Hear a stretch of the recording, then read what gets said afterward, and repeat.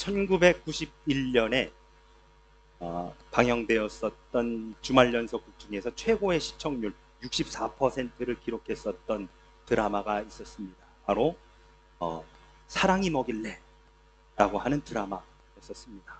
혹시 아십니까? 네, 사랑이 뭐길래.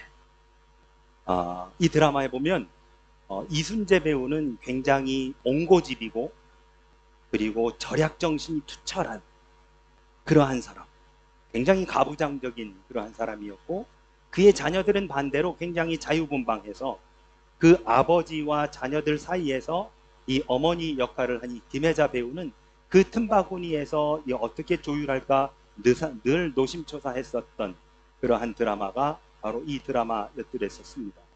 특히 이 김혜자 배우님이 그 퍽퍽한 마음에 바로 눕지도 못하고 모로 누워서 한숨을 내쉬면서 늘 듣던 노래가 드라마 중에 있었는데요. 그 드라마의 가사는 이렇습니다. 내가 나를 모르는데 난들 너를 알겠느냐? 한 치 앞도 모두 몰라 다 안다면 재미없지. 우리네 헛짚는 인생살이 한 세상 걱정조차 없이 살면 무슨 재미, 그런 게 덤이잖소 하면서 불렀었던 그러한 노래가 있습니다. 인생의 헛됨을 허탄한 마음으로 푸념하듯 늘어놓은 이 노래는 제일 마지막 세상을 비웃기라도 하듯 크게 하하하하 웃으면서 이 노래가 마무리가 되어집니다. 여러분, 성경도 이러한 인생의 헛됨을 노래하고 있는 구절이 있지요. 여러분 잘 알고 계시는 것처럼 전도서 1장 2절의 말씀은 헛되고 헛되며 헛되고 헛되니 모든 것이 헛되다 라고 그렇게 말씀하고 있습니다. 이 전도서를 쓴 전도서 기자는 얼마나 세상이 헛되었으면 이 짧은 한 구절 안에 헛되다는 표현의 말을 무려 5번이나 했을까라고 하는 생각도 해보게 됩니다. 국어사전에서 이 헛되다라고 하는 표현을 찾아보았더니 아무 보람이나 실속이 없다라고 정의를 내리고 있습니다. 여러분, 보람이나 실속이 없다라고 하는 말은 무언가를 기대했었는데 그 기대가 온전히 성취되지 못하여 그로 인해 뭐라고 할까요? 실망스럽고 그리고 그러한 것들을 이루지 못했다라고 하는 의미라고 그렇게 볼 수 있습니다. 그러니까 그 기대함이 실망으로 바뀔 때 그때 우리는 헛되다라고 그렇게 이야기를 하지요. 여러분, 우리들도 누군가에게 기대심을 갖게 하거나 용두사미가 되었었던 경험들을 누구나 다 아마 해보셨을 겁니다. 저도 그랬었는데요. 학창시절에 부모님께 이번에 공부해가지고 시험 성적 올려놓겠다고 큰소리 뻥뻥 치고 정작 시험 때가 다가오면 이 핑계 저 핑계 대고 공부 안 하다가 시험 성적은 예전하고 지금이나 별반 다를 게 없으면 이번엔 시험 문제가 어려웠어요 그러고선 핑계 대고 부모님 기대는 잔뜩 올려놨다가 그 기대에 충족시키지 못하는 경우도 종종 있습니다. 요즘에 한국에 요즘 노래는 아닙니다만 한국에 그런 노래가 있더라고요. 오빠 한번 믿어봐. 믿어보라는 오빠를 제일 믿으면 안 됩니다. 믿으라는 오빠를 제일 믿으면 안 됩니다. 오빠 한번 믿어봐. 나만 믿어 라고 하면서 주위 사람들에게 호언장담했었던 바로 그 말. 그러나 정작 그 말을 들은 사람들, 그래서 그 말을 듣고 기대치가 잔뜩 올라간 사람들에게 반면에 실망시킨 적도 없지 않아 있었습니다. 심지어는 우리가 교회 내에서 이 공동체 생활을 하면서 내가 상대에게 혹은 상대가 나에게 실망을 주고받는 일들도 없지 않아 존재합니다. 영국의 문호 셰익스피어는 이런 말을 했습니다. 기대는 종종 어긋난다. 그리고 기대를 가장 많이 거는 곳에서 가장 자주 어긋난다. 오늘은 우리 이 누가복음의 말씀을 가지고 헛된 기대라고 하는 제목으로 함께 은혜를 나눠보고자 합니다. 여러분, 우리가 구약의 레위기 13장과 14장을 읽어보면 이 나병 환자에 대한 이야기가 자세하게 등장을 합니다.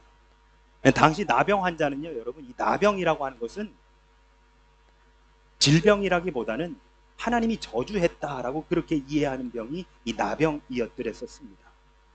그래서 그들은 이 나병에 걸린 사람들은 자신의 삶의 자리, 즉 자신의 가족이나 친척들과 함께 지내지 못하고 그 그 나병에 걸린 사람들끼리 한데 모여 공동체 생활을 했더랬었지요. 더군다나 이 사람들과는 멀리 동떨어진 삶을 살 수밖에 없었습니다. 그리고 어쩌다가 그들이 길을 다니다가 저쪽에 나병이 아닌 사람들을 만나게 되면 성경은 뭐라고 했느냐?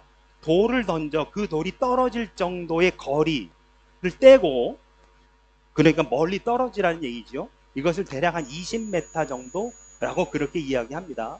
그리고 손으로 입술을 가리고 부정하다 부정하다, 자신들이 그렇게 부정하니까 자신들하고 멀리 떨어져라 라고 하는 이야기를 하는 겁니다. 그러면서 부정하다 부정하다 라고 외쳐야 했었습니다. 지금은 이 병의 원인과 치료 방법들을 찾아냈지만 당시 유대 전통에 따르면 나병은 아까 말씀드린 것처럼 저주의 징표였습니다. 오늘 본문에 보니까 예수님과 그 일행은 예루살렘을 향해서 갑니다.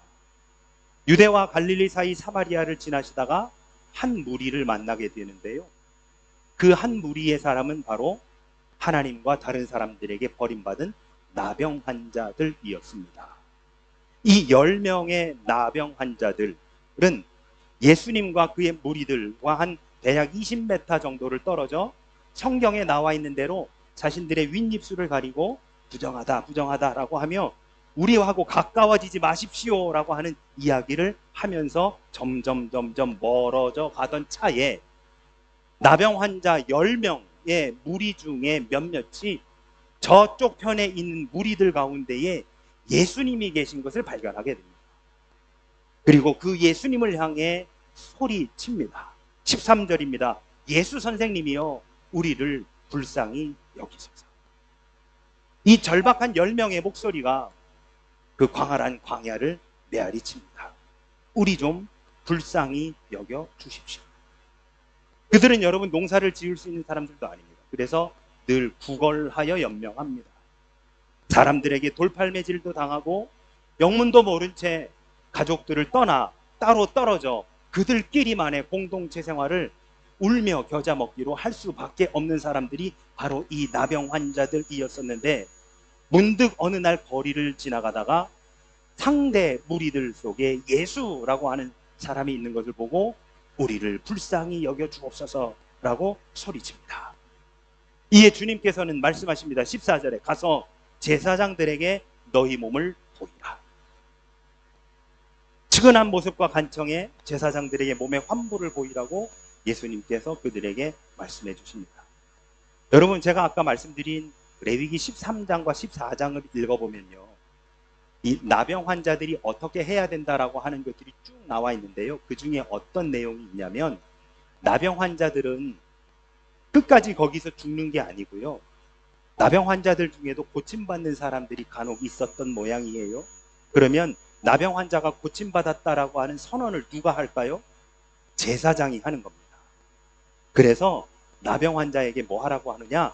내가 조금이라도 호전되어 보이면, 내가 나아 보이면 제사장에게 가서 나의 환부를 보이고, 그리고 그 환부를 보여준 것과 함께 제사장이 나았다라고 하는 선언을 받아야 그제서 나병 환자들끼리만의 공동체 생활을 떠나 이제 다시 고향에 가족들과 친척들에게 돌아간다라고 레위기 14장에 기록되어 있습니다. 오늘 본문의 무리들은 나병 환자들이 제사장을 찾아간다는 것이 무슨 의미인지 너무너무 잘 알고 있었습니다. 예수님께서 말씀하셨죠. 가서 제사장에게 너희 몸을 보이라. 그러니 나았다면, 아니 조금이라도 호전되는 기미가 보인다면 그들은 단걸음에 제사장을 찾아가겠다며 다짐하고 또 다짐하면서 오늘날까지 살아왔었던 사람들이 바로 이 나병 환자들이었던 것입니다. 하지만 우리가 잘 알고 있다시피 그들은 낫지 않았습니다. 가서 너희 몸을 제사장에게 보이라 라고 예수님께서 지금 선언하셨지만, 그래서 그 예수님의 말씀에 순종하여 제사장에게 가고는 있지만 이건 아닌데, 내가 여태까지 생각했었던 제사장에게 가는 발걸음은 이건 아닌데 라고 생각하며 이 나병 환자들은 제사장을 향해 가고 있었습니다. 왜냐? 어느 정도 좀 호전되는 기미가 보여야, 고름이 나고 썩어 문드러져 가던 자신들의 이 팔과 살과 그리고 자신들의 이 신체의 모든 기구들이 조금은 호전되는 기미가 보여야 그래야 가는 건데, 예수님의 한마디에 그런 기미도 없이 지금 가고 있는 우리들의 모습이 지금까지 그들이 생각하고 기대했었던 제사장을 향해 가고 있던 그 길이 아니더라는 것이죠.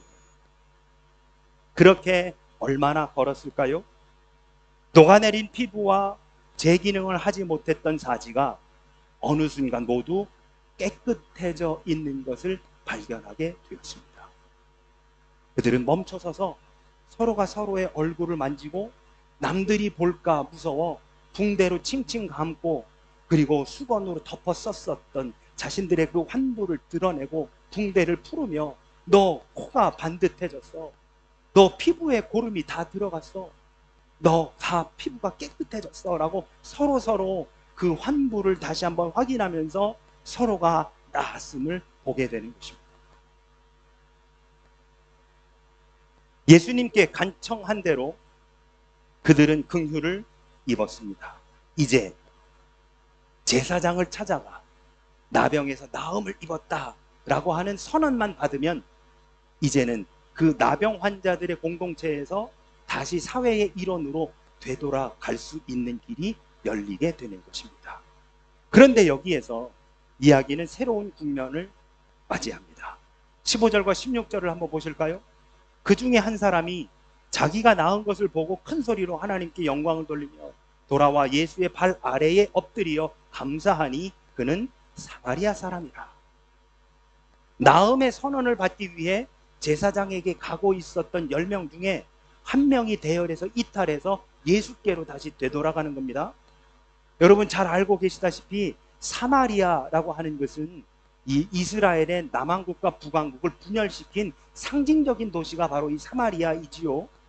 그러니 북왕국의 수도인 사마리아는 배신의 아이콘, 분열의 상징이 되어 있는 겁니다. 더군다나 나라를 분열시킨 상징뿐만 아니라 이에 더해서 예루살렘에 있었던 성전에 가서, 나라가 분열된 뒤에는 예루살렘에 있는 성전에 가서 예배를 못 드리는 거예요. 눈치가 보이니까. 그러니까 어떻게 했어요? 그리심산에, 세겜 바로 위에 있던 그리심산 꼭대기에다가 제2의 성전을 짓고 거기에서 예배를 드렸어요. 그러니까 나라를 분열시킨 것뿐만 아니라 이 사마리아 사람들이라고 하는 것은 뭐냐? 종교까지도 분열시킨 사람들로서 그렇게 인식이 되어 있었던 사람들이 바로 이 사람들입니다. 그런데 나병에서 고침받은 무리 10명 가운데 예수님께 돌아온 사람이 바로 그 사마리아 출신의 사람이더라라고 하는 것이지요. 제가 보기에 성경에 기록되어 있지는 않지만 제사장을 찾아간 9명은 분명히 유대인이었을 겁니다. 아니 남유다 사람, 정확하게 이야기하면 남유다 출신의 사람들이었을 것입니다. 그들은 제사장으로부터 완치의 선언을 받는 것, 그래서 그 완치의 선언을 통해 사회의 구성원으로 다시 되돌아가는 것이 너무 중요한 사람들이었습니다. 그래야만 그들이 사회로 다시 복귀하고 가정으로 돌아가는 것. 그러나 이 사마리아인은 굳이 유대 제사장의 선언이 필요 없는 사람입니다. 유대 제사장의 완치 선언이 그에게 그렇게 의미 있는 것이 아니었던 겁니다. 이에 사마리아인은 자신에게 은혜를 베풀어 주신 예수님께 다시금 되돌아오는 것이지요. 이에 예수님께서 뭐라 하시느냐? 17절과 18절 말씀입니다. 10사람이 다 깨끗함을 받지 아니하였느냐? 그 9은 어디 있느냐? 이 이방인 외에는 하나님께 영광을 돌리러 온 자가 없느냐? 라고 예수님께 그 한 명 돌아온 그 나병 환자에게 물으십니다. 앞서 10명의 나병 환자에게 분명 제사장들에게 가서 몸을 보이라 라고 그렇게 하셨지만 왜 돌아온 사람이 너밖에 없느냐라고 질문하시는 거지요. 여러분, 저는 이 본문에 대한 해석이 여러 가지 있습니다만 어떤 분들은 감사를 알았었던 한 명과 감사를 모르는 9명이라고 그렇게도 해석을 합니다만, 저는 오늘 여기를 어떻게 해석을 하고 싶으냐, 우리 예수님이 한낱 감사 인사를 못 받아서 마음 상하시는 분이 아니실 것이다. 그렇다라고 한다면 너는 감사를 알고 나머지 9은 왜 감사를 모르냐, 이 말씀이 아니라 예수님의 이 질문의 핵심, 왜 너밖에 안 왔느냐라고 하는 이 질문의 핵심은 이들이 진짜로 나음을 선포받아야 하는 진정한 제사장은 바로 예수님 당신이다라고 하는 바로 그런 의미라는 것이죠. 유대의 제사장에게 가서 몸을 보일 것이 아니라 진정한 제사장이신 예수님께 와서 그분에게 환부를 보이고 나았음을 고백하며 그분의 나았음의 선포를 받는 것, 그것이 진정한 이 나병 환자들의 나음이다 라고 하는 바로 그러한 말씀이 됩니다. 그러니까 나머지 9은 어디 있느냐라고 하는 말씀은, 나머지 9은 왜 진정한 제사장인 나에게 오지 않는 것이냐라고 하는 말씀이 되어지는 것이고, 나아가 예수님은 성전을 허물어 보라, 내가 3일 만에 다시 그 성전을 세우리라 라고 말씀하셨음에 당신이 진정한 성전임을 말씀하고 계시는 것이지요. 예루살렘에 있는 성전도 아니고 그리심산에 세워진 성전도 아니고 바로 나야말로 진정한 제사장이고 나야말로 진정한 성전이니 나한테 와서 나음의 선언을 받고 나한테 와서 진정으로 하나님께 예배드리라 라고 하시는 바로 그 선언이 바로 예수님의 이 질문 안에 내포되어 있다라고 하는 사실입니다. 그래서 예수님은 그 당신을 찾아온 단 한 사람을 향해 이렇게 치유의 선포를 하십니다. 19절입니다. 일어나 가라, 내 믿음이 너를 구원하였느니라. 그러면 여러분, 우리 이렇게 한번 생각해 보실까요? 예수님이 처음에 10명이 와서 그들에게 가서 제사장에게 내 몸을 보이라 하고 보내실 때 나병에서 고침받은 10명 중에 9은 오지 않고 1명만 올 것이라는 사실을 예수님이 아셨을까요? 모르셨을까요? 예수님이 사마리아 출신의 한 사람만 와서 예수님의 발 아래 엎드려 감사 인사를 드릴 것이라는 사실을 아셨을까요? 모르셨을까요?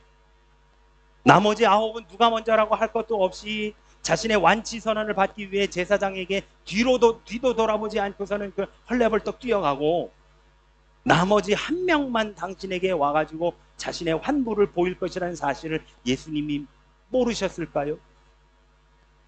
저는 아셨을 거라고 봅니다. 그들이 돌아와서 당신께 감사 예배를 드리지 않을 것이라는 사실을, 그들이 돌아와서 진정한 제사장이신 당신에게 자신들의 환부를 보이지 않을 것이라는 사실을, 인간의 제사장, 그 유대 제사장에게 가서 자신의 환부를 보여주고 고침 선언, 완치의 선언을 받을 것이라는 사실을 예수님이 이미 알고 계셨다라고 하는 것이죠. 마태복음 26장에 보면 예수님께서 베드로가 닭이 울기 전에 3번 부인할 것을 예언하시는 장면이 나옵니다. 34절에 보시면 내가 진실로 내게 이르노니 오늘 밤 닭 울기 전에 내가 나를 3번 부인하리라 하고 말씀하십니다. 이에 대해서 베드로가 35절에 이렇게 답을 합니다. 내가 주와 함께 죽을지언정 주를 부인하지 않겠나이다. 무슨 말입니까? 주님, 하늘이 두 쪽이 나도 내가 주님을 부인하지 않겠습니다. 염려하지 마십시오. 염려하지 마십시오. 큰 소리 뻥뻥 치는 거죠.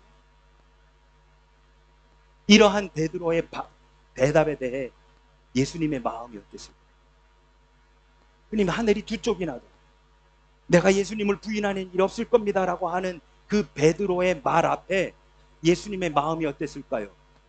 네가 참 그러겠다, 네가 어디 그러나 내가 두고 보자 라고 하셨을까요? 아니면 그래 베드로야, 이번만이라도 제발 네가 지금 한 이 얘기를 꼭 좀 지켜주렴 이라고 하셨을까요? 마태복음 26장 74절을 보면 그가 저주하며 맹세하여 이르되 나는 그 사람을 알지 못하노라 하니 곧 닭이 울더라 하고 성경은 기록되어 있습니다. 일말의 기대감을 예수님은 베드로에게 가지셨지만 그 기대는 결국 헛된 것이 되고야 말았습니다. 그러면 여러분, 베드로에게 품었던 그 기대가 헛된 것임을 예수님이 모르셨을까요? 구약 성경 요나서에 보면 하나님이 요나에게 니느웨로 가서 복음을 전하라고 하셨습니다. 그런데 요나가 싫다고 하며 그 니느웨의 반대편인 다시스로 가는 배를 타고 갑니다. 그래서 요파 항구에 내려가서 지중해 다시스로 가는 배를 타고 가다가 그 배가 풍랑을 만나 배가 요나를 바다에다 집어던지지요. 하나님께서 큰 물고기를 준비하시어 요나를 그 물고기가 삼켜서 안전하게 하시었다가 토해내 무트로 요나를 뱉어냅니다. 그는 여러분, 한 번 더 더 여쭤볼게요. 요나가 하나님의 명령에 불순종할 것이라는 사실을 하나님이 모르셨을까요? 니느웨로 가라고 하는 하나님의 명령에 요나가 불순종하여 다시스로 가는 배를 탈 거라는 것을 하나님 모르셨을까요? 모르셨다면 물고기를 준비하셨을 리가 없지요. 하나님은 알고 계셨습니다. 뿐만 아닙니다, 여러분. 바로 오늘 우리들에게도 하나님은 예수 일말의 기대를 품고 우리에게 명령하십니다. 우리가 그 말씀대로 순종하지 않을 것이라는 사실을 우리 예수님은 이미 다 알고 계십니다. 고집불통에, 이기적인 신앙에, 물질 만능주의, 세상적인 가치관으로 똘똘 뭉쳐 있어서, 그래서 예수님의 말씀대로 온전히 우리가 순종하지 않을 것이라고 하는 사실을 우리 하나님이 너무너무 더 잘 알고 계신다라고 하는 것이죠. 그럼에도 불구하고 우리에게 일말의 기대감을 품고 또다시 말씀해 주십니다. 해보자고. 한번 해보자고. 할 수 있다고. 말씀대로 살아갈 수 있다고 우리의 손을 잡아 이끌어 주십니다. 지금까지 살면서 주님의 그 기대를 헛된 기대로 만든 적이 우리가 한두 번이 아니었는데, 큰 소리 뻥뻥 치면서 주님 지켜보시죠, 제가 어떻게 하는지, 올해는 다를 겁니다, 이번에는 다를 겁니다 라고 해놓고 그 기대가 헛된 기대로 물거품이 되도록 만들어드린 적이 여러 번 있었건만, 또다시 우리 주님은 우리를 향한 그 일말의 기대를 또다시 품고 계십니다.